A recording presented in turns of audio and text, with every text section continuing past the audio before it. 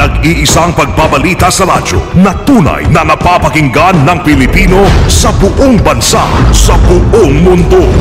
Live mula sa RMN News Center Manila, ito ang KBB Golden Dove Best News Program. RMN News Nationwide. Ngayong umaga sa RMN News Nationwide, Pinoy may regalong non-wage benefits sa mga manggagawa sa Labor Day. Ang publiko kinalma ng Department of Health sa pangambang nakapasok na sa bansa ang bird flu virus na H7N9. Ano po, ang avian influenza hindi pa nakakarating dito sa Pilipinas. Konsiderasyon sa mga mahihirap na estudyante, ipinag-utos ng CHED sa mga higher education institution. Dating Pangulong Arroyo hindi na naman nakaligtas sa patutsada ni Pangulong Aquino. Sila ang gumawa ng problema, pagdating ng halalan tayo sisisir. Di ba medyo may case sila? May case as in kakapalan naman yata na mukha talaga tumaas. Sa negosyo, presyo ng petrolyo nagbabadya na namang tumaas. At sa ibayong dagat, dalawa ang patay sa gumuhong gusali sa France. RMN News Nationwide. Ako ho si Nancy Binay. Mga gawain ko para sa mga bata, gusto kong palaguin sa Senado. Sa serbisyong Binay ko ito natutunan ang tumulong sa mga taong hindi kayang protektahan ng sarili. Ako si Nancy Binay, serbisyong Binay ang dadalhin ko sa Senado. Nancy Binay, Nanay de Familia, number 5 sa Balota. This political advertisement is paid for and by Nancy Binay, 8514 Kaong Street, San Antonio, Makati City. Magsaysay is my God. Kailangan ng tao sa Senado, disente at matulungin, mahusay na tao. Iboto si Ramon Magsaysay. Magsaysay, ibalik sa Senado. Numero 24 sa Balota. Magsaysay is my guy. Magsaysay, mabuhay. Iboto si Ramon Magsaysay. Magsaysay, ibalik sa Senado. Political advertisement paid for and by Ramon Magsaysay Jr., Unit 202, Centrum 2 Building, Valero Street, Makati City. Bossing, sino pong senador nyo? Ang senador ko, bossing ang taong bayan. Ikaw yun at ako, tayong lahat. Ang senador nyo ba? Kayo ang senador ni Bossing? Say cheese! Escudero magbabago! Political advertisement paid for and by Cheese Escudero, Buhatan, Sorsogon City, Sorsogon. Ikaw ba ay tutungo ng Cagayan de Oro? For the best hotel accommodation, stay at the VIP Hotel because you are a VIP. Si Benigno Bamakino po. Noong 1986 People Power, ang hamon ng panahon ay tapusin ang diktadura. Ngayong 2013, ang hamon ay tapusin na ang kahirapan. Lalong-lalo na para sa magsasakang naghihikahos at kailangan ng suporta ng gobyerno. Sisikapin ko na ang bawat pamilya may trabaho, negosyo, kumikita at umaasenso. Benigno Bamakino po para sa Senado. Paid for and by Benigno Bamakino, 446 EDSA Makati. Ito po si Senator Loren Legarda. Para hindi na maundoy, mga Sendong at mga Pablo, ginawa natin yung Climate Change Act at yung People Survival Fund. Para kayo'y magkatrabaho at magkanegosyo. Nandiyan ang Barangay Kabuhayan Act at Micro and Small and Medium Enterprises Law. Ilan po lamang yan sa ating mga nagawang batas para sa inyo. Ito po si Loren Legarda, patuloy na maglilingkod sa inyo. Iboto, number 19 sa Balota, Senator Loren Legarda. Political ad paid for and by Loren Legarda, Boni Serrano Avenue, Quezon City. Jack and Rile, kain mura para sa mga tao. Jack and Rile, tapat na presyo ang hangat para sa'yo. Jack and Rile, sa Senado tayo'y tutulungan. Jack and Rile, numero 12 sa Balota. Jack and Rile, kay Jack and Rile, ox na ox tayo. Political advertisement paid for Jack and Rile, Macrima Building, 1666 Escuela Street, Guadalupe, Makati City. Political ad paid by Pan Pacific Royal Basic Foods, 2111 Jaca Building, Chino Rosas Avenue, Makati City. Ikaw ba ay handa na sa misyong bumoto sa Mayo 13? Kilala mo na ba ang mga taong nangangako ngayon ng magandang pagbabago sa buhay, sa pamilya, sa mga anak at bayan mo?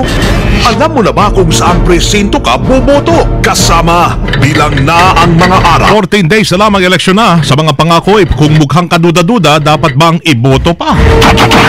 Mission 2013, boboto ako! sino-sino ang mga tatatakan mo sa balota. Ilang segundo lang yan. Kapalit ay ilang taong panunungkulan sa bayan o ilang taong pagsasamantala sa kapangyarihan. Por favor, iboto ang tamang tao. Ang pinakamalaking mga balita hatol sa bawat Pilipino saan man sa bansa. RMN News Nationwide. Buenos dias, Pilipinas. Umaga ng Lunes na ngayon, Abril 29, 2013. Ito po ang numero 1 ng RMN News Nationwide. Ako si Weng de la Peña. Mabuhay Pilipinas, ako si Buddy Oberas. Tayo po ay live na live sa DXMY 729 RMN Cotabato, DYWC 801 RMN Dumaguete, at DWDY 1107 RMN Kawayan, at DWNX 91.1 RMN Naga. Live international via www.rmnnews.com at WRMN New York, USA.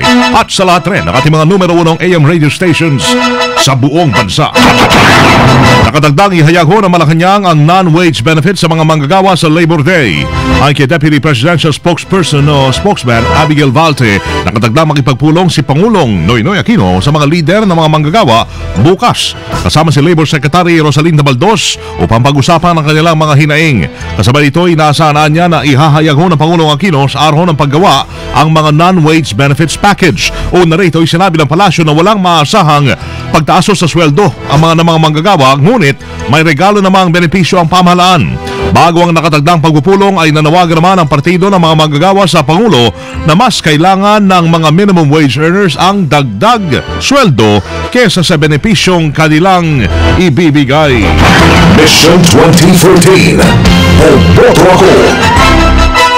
Kasama si Team Pinoy Senatorial Candidate Alan Peter Cayetano. Senator Cayetano, magandang umaga po sa inyo.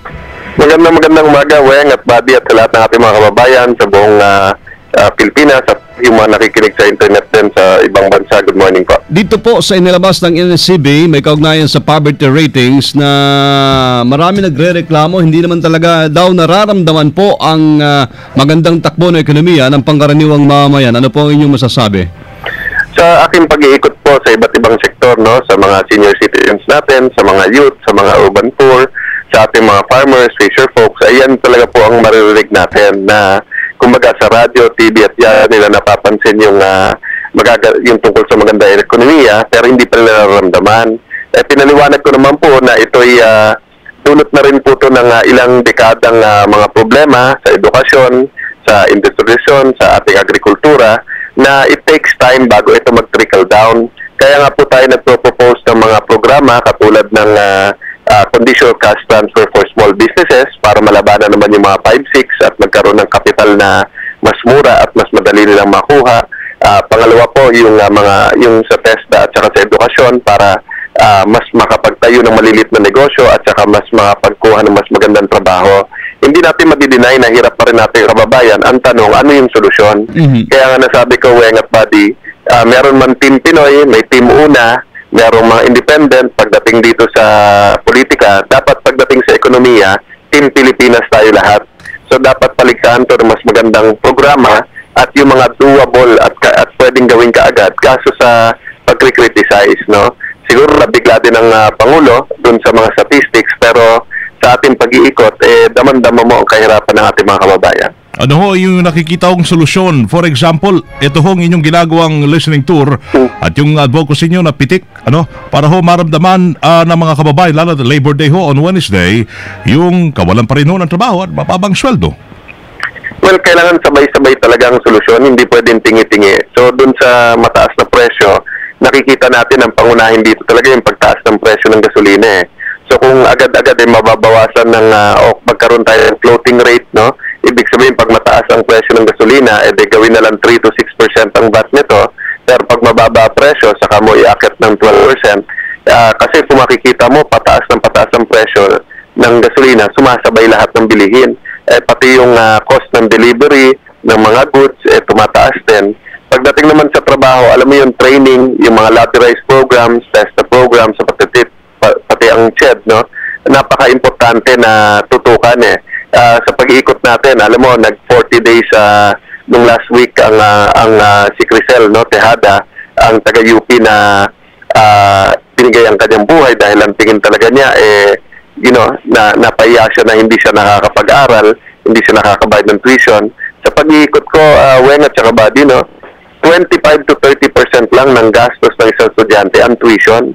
So kahit ilibre natin ang tuition, yung 70% napakabigat sa ating mga kababayan. Kaya yung mga programa na nasa grassroots, katulad ng One Town, One Product na ginagawa sa Thailand, na may product development, may marketing, may packaging, tapos tinitignan pa nila kung pwedeng ihalo to sa tourism, tapos bibigyan ng shared facility, yung factory na hindi lang isa may-ari pero pwede lang gamitin mga makina doon. Tapos yung puhunan, napaka-importante na pagtulong-tulungan yun. Kung hindi, talagang hindi makakaahon. Yung pinanggalingan namin nung weekend doon sa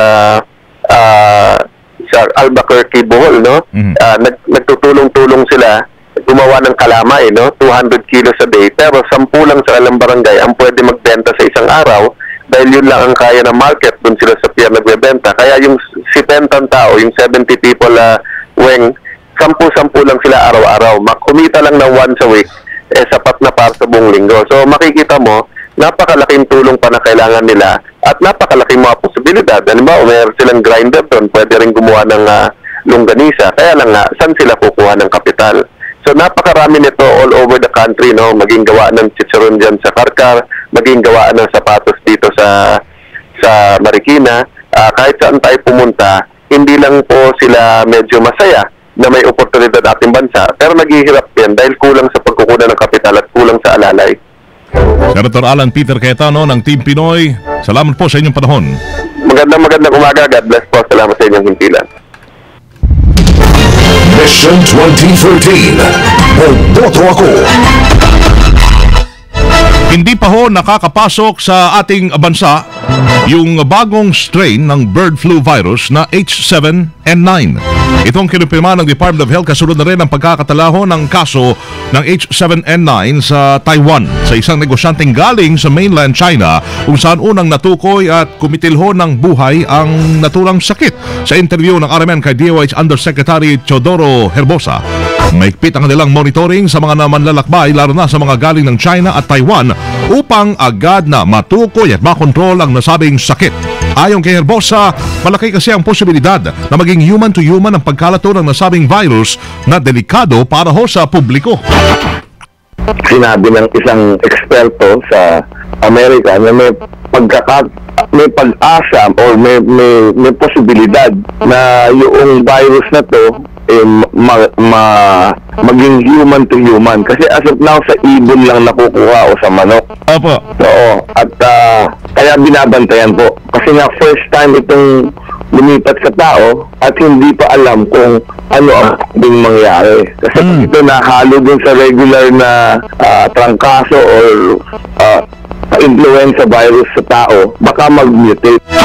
Pinagbabawal rin niya sa ngayon ang pag-aangkat ng mga manok at pato o yung bibe sa mga bansang merong H7N9. Yung mga fresh na karne ng mga libo na manok o ducks, hindi rin pwedeng i-import dito sa Pilipinas. So, para ma-protect natin yung ating mga poultry at mga at buong Pilipinas diyan sa pagpasok ng virus na yan. Sa ngayon po ay nakalatag ho ang standard operating procedure sa mga paliparan ng bagamat nanatili pa rin sa normal status. Pinatutsadahan na naman mga kasama ni Paulong Noynoy Aquino si dating Paulo at ngayon Pampanga Congresswoman Gloria Macapagal Arroyo sa kampanya ng Team Pinoy sa Osamis City, binatikos ng Pangulo ang ani kapabayan po ng dating administrasyon sa isyu ng kakulangan ng supply ng kuryente sa Mindanao. Sa 9 na taon anyang pamumuno ng dating Pangulo, dapat ay naglaan ito ng panahon para mapagpatayo ng power plant. Partikular ng tinukoy ng Pangulo ang 300 megawatt coal-fired power plant ng Aboitiz Power Corporation sa Davao na dapat sana ay magagamit na sa 2014 kung hindi kinwestiyon ng mga stakeholder. May makalakaroon tayo, pinipilit na sisira kung sa kakulangan ng kuryente sa Pilipinas. Ngayon, 3 years sabihin natin magtayo ng plant na. Yung pinalitan ko po, 9.5 years Leyte, di ba? Nakalimutan natin. Sinabi pa niya sa dito sa Mindanao, tama po ba? Sa iligan, tama tanda ko. Kung baga may 3 beses, 9 years, divided by 3 years, 3 opportunities to set up the power plant. Tama po? Yun po yung care. Wala akong care. Don't care ang nangyari. Ito po, sinamana sa akin, hindi problema. Okay lang po yan. Hindi mo na ako pwede mamili ng problema ang ibibigay sa akin. Problema ng Pilipinas ko, kung Pangulo ng Republika, problema ko ito. Hindi yung physically naman. Pero politika naman, dito mga katunggali natin. Ilang gumawa ng problema, pagdating ng halalan tayo CCCS. Di ba medyo may case sila? May case as in kakapalan naman yata na mukha talaga ito. Rinaan niyang ginawa ang Administrasyong Arroyo sa problema ng illegal na pagputol ng puno na nakaapekto sa kawalan ng mapagkukuhanan ng supply ng hydropower plant. Kasabay nito'y nangako ang Paulong Noy na wawakasan ng problema sa supply ng kuryente pagsapit ng 2015. Ipinagutos ngayon ang Commission on Higher Education sa mga higher education institutions sa bansa na maging maawain sa paggawa ng mga polisiya para sa pagbibigay ng tulong sa mga mahihirap na estudyante. Kasunod na rin ito ang pagkasaway ng estudyante ng University of the Philippines, Manila na si Cristel Tejada noong nakaraang buwan kung saan kinitil nito yung kanyang sariling buhay matapos na hindi makapagbayad ng matrikula. Batay sa Memorandum Order ng CHED, dapat magbigay ang mga HAES ng financial assistance na madaling ma-access ng mga estudyante sakaling wala silang pambayad ng matrikula. Partikular rito ang hindi muna pagpapatupad ng no permit, no exam policy para ho sa kaso ng mga mahihirap na mag-aaral. Ang naturang memorandum ay nilagdaan ni CHED Chairman Patricia Licuanan noong Abril 19 at magiging epektibo ngayong pasukan.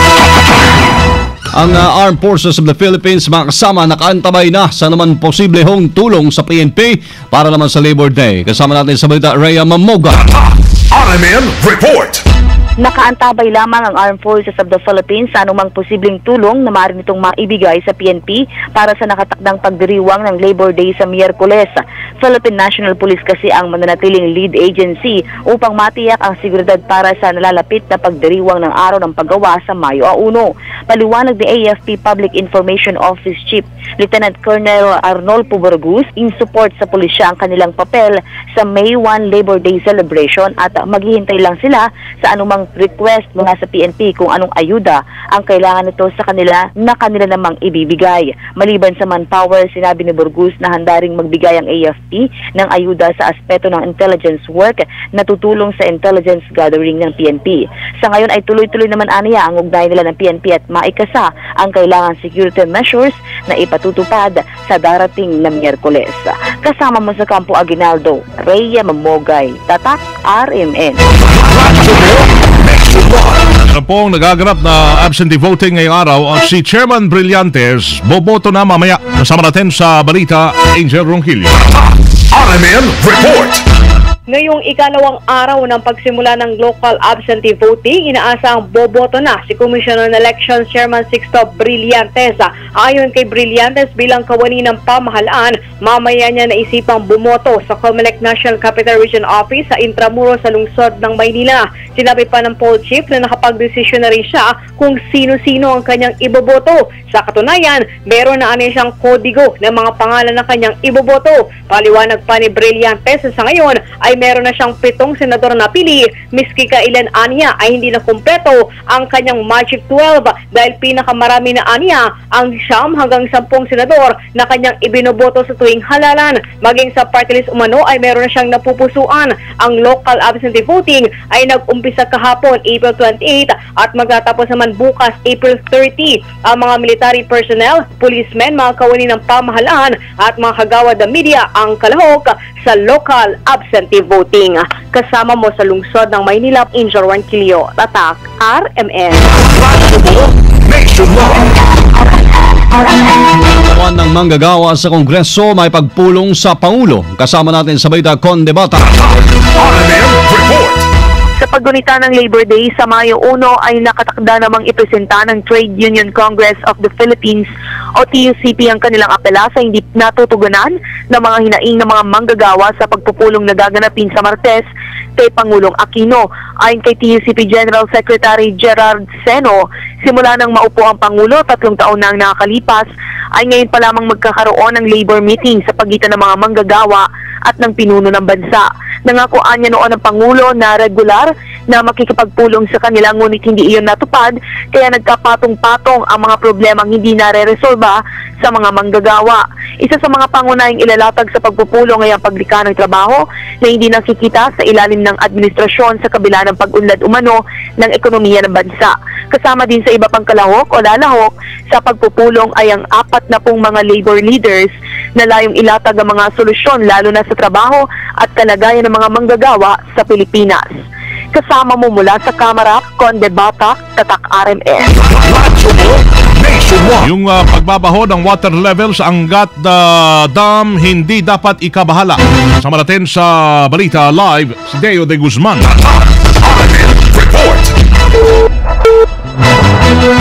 Babalikan natin ang ulat na yan ni kasamang Deo. Camper sa Philippine Consulate sa Jeddah, mahigit sa 3,000 na ang bilang. Kasama natin sa balita live, Joyce RMN Report. Paabot na sa halos 3,500 ang stranded OFWs na nagka-camp out sa labas ng Philippine Consulate sa Jeddah. Ito mismo ang kinumpirma ng Philippine official sa kanilang pagkikipagpulong sa Filipino community leaders doon. Ilan sa campers na OFWs ay nagtatrabaho ng part-time para matustusan ang kanilang pangangailangan pang-araw-araw. Patuloy din na inaayos ng konsulada ang relocation ng campers, lalo na ang mga may mga edad, mga kababaihan at mga bata. Kasama mo sa DFA, Joyce Adra, Tatak RMN. Ang iba pang mga mahalaga na mga balita sa inyo sa pagbabalik ko namin. RMN News Nationwide. Sa iyo, ang gara ng buhay ko sa iyo, buong-buo ang tiwala ko. Ang gara na ako, ang gara na tayo, ang gara, ang sigaw ng bawat Pilipino, ang gara na sa Senado. Political ad paid for by Gardong Gara, 7992 Heritage Building, Makati. President Noy, sino po ang senador niyo? Ang senador ko, ehemplo sa tuwid na daan. Magkaiba man ang pinagmulan, iisa naman ang patutunguhan. Talagang nasa tamang lugar ang puso. Ganito rin ba ang senador niyo? Say cheese! Political advertisement paid for by Cheese Escudero, Buhatan, Sorsogon City. Jack and Rile, kahit mura para sa mga tao. Jack and Rile, tapat na presyo ang hangat para sa'yo. Jack and Rile, sa Senado tayo'y tutulungan. Jack and Rile, numero 12 sa balota. Jack and Rile, kay Jack and Rile, ox na ox tayo. Advertisement paid for Jack and Rile, Macrima Building, 1666 Escuela Street, Guadalupe, Makati City. Political ad paid by Pan Pacific Royal Basic Foods, 2111 Jaca Building, Chino Rosas Avenue, Makati City. RMN News Nationwide. Tuloy sa mga balita natin, balikan natin yung report ni Deo de Guzman tungkol ho doon sa pagbaba ng water level sa Angat Dam na hindi daw dapat ikabahala. Sama natin sa balita muli, live, Deo de Guzman. RMN Report. Hindi nababahala ang palasyo ng Malacanang sa pagbaba ng water level ng Angat Dam na pinagkukunan ng supply ng tubig sa Metro Manila. Ayon kay Deputy Presidential Spokesperson Abigail Valte, normal na malabo ang water level ng naturang dam dahil panahon ng tag-init. Wala naman na nagsasabi na dapat na maalarma ang pagbaba ng tubig sa Angat Dam na katulad noon na kinailangan talaga maglabas ng alarma. Sinabi din naman niya na Pag-asa na ikalawang linggo ng Mayo ay magsisimula ang pumasok ng kaunting ulan kaya walang dapat ikabahala ang publiko. Umapila din si Varte sa publiko na magtipid ng tubig. Kasama sa palasyo ng Malacanang para sa DZXL 558, Deo de Guzman, Tataan. Physical makeover sa income sa generating agencies o sa income din ng mga income generating agencies isinulong po sa Senado. Kasama natin sa balita, Grace Maria. RMN Report. Iminungkahi ngayon ni Senator Francis Cheese Escudero ang physical makeover sa lahat ng income-generating agency sa bansa tulad ng Bureau of Customs at Bureau of Internal Revenue. Ito ang isa sa nakikitang paraan ni Senator Escudero para mabago ang imahe ng nabanggit na mga ahensya ng pamahalaan laban sa korupsyon. Halimbawa niya ang pagtatanggal ng bulsa sa mga uniforme ng mga empleyado nito at pag-alis ng drawer sa lamesa at mainam din na lahat ay puro salamin para nakikita ang ikinikilos nila. Mas okay din para kay Senator Escudero Escudero na magkaroon ng maraming closed-circuit television o CCTV camera ang lahat ng mga income-generating agencies at ang record nito ay dapat nakafile o iingatang mabuti. Narito ang pahayag ni Senator Escudero. Baguhin natin yung uniforme nila, dapat walang bulsa. Baguhin natin yung mga lamesa nila, dapat walang drawer at puro salamin.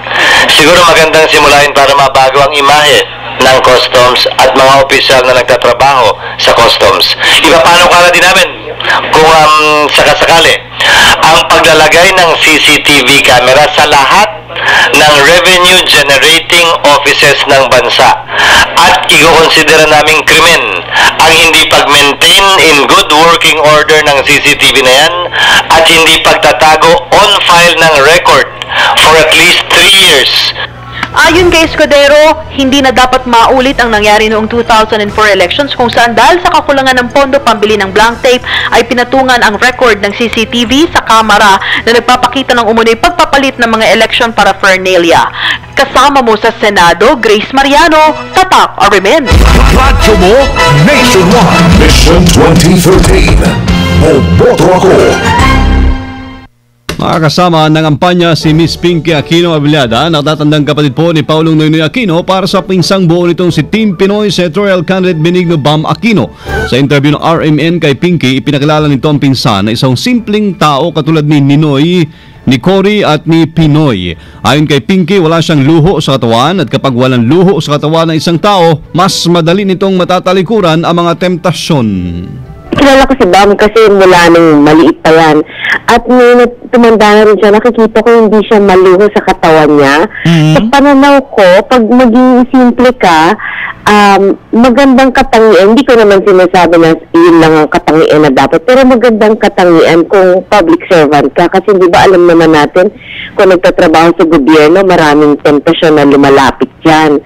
Pero kung simple ka lang, wala ka naman masyadong maraming gustong bilhin para sa sarili mo, madali mong talikuran yung temptasyon na yan. Kaya nga sinasabi ko, yung tatay ko, simple lang si Pangulong Cory, alam naman yun, tsaka ngayon si Pinoy, wala naman yan talagang kaluhulo sa katawan. Kaya pag may lumalapit, nag-aalok ng kung ano man, madali nilang masasabing, no thank you.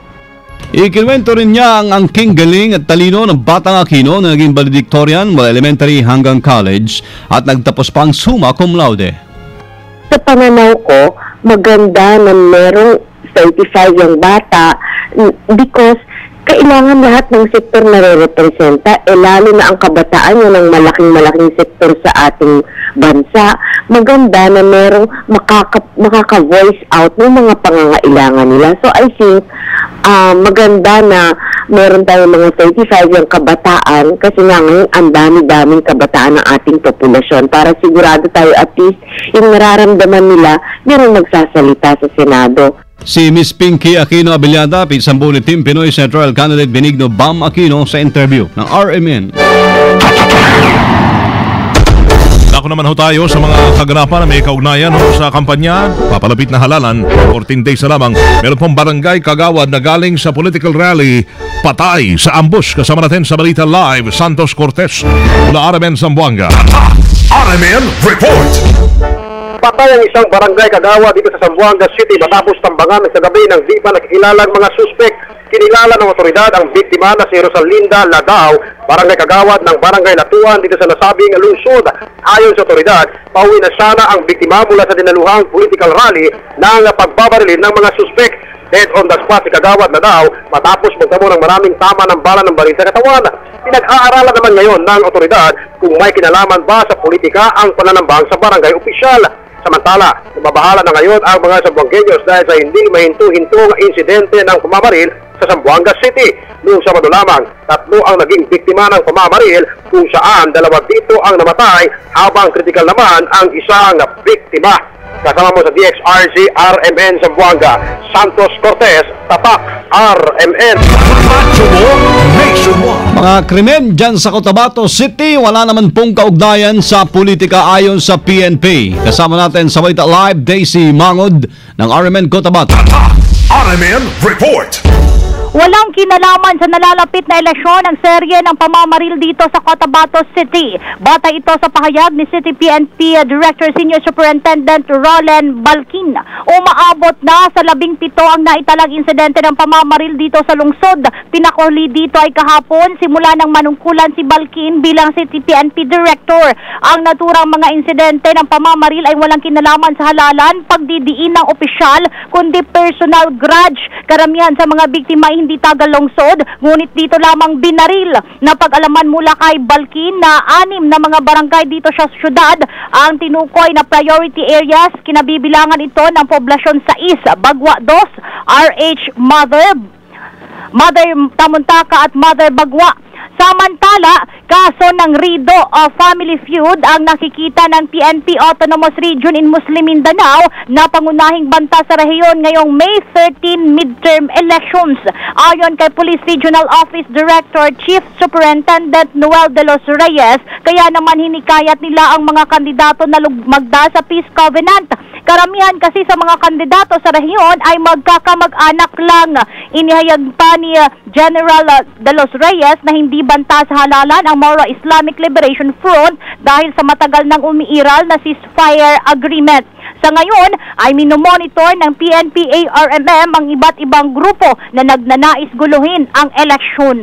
Kasama mo sa RMN Cotabato, Daisy Mangod, Tatak RMN. Radyo mo nationwide. Mission 2013.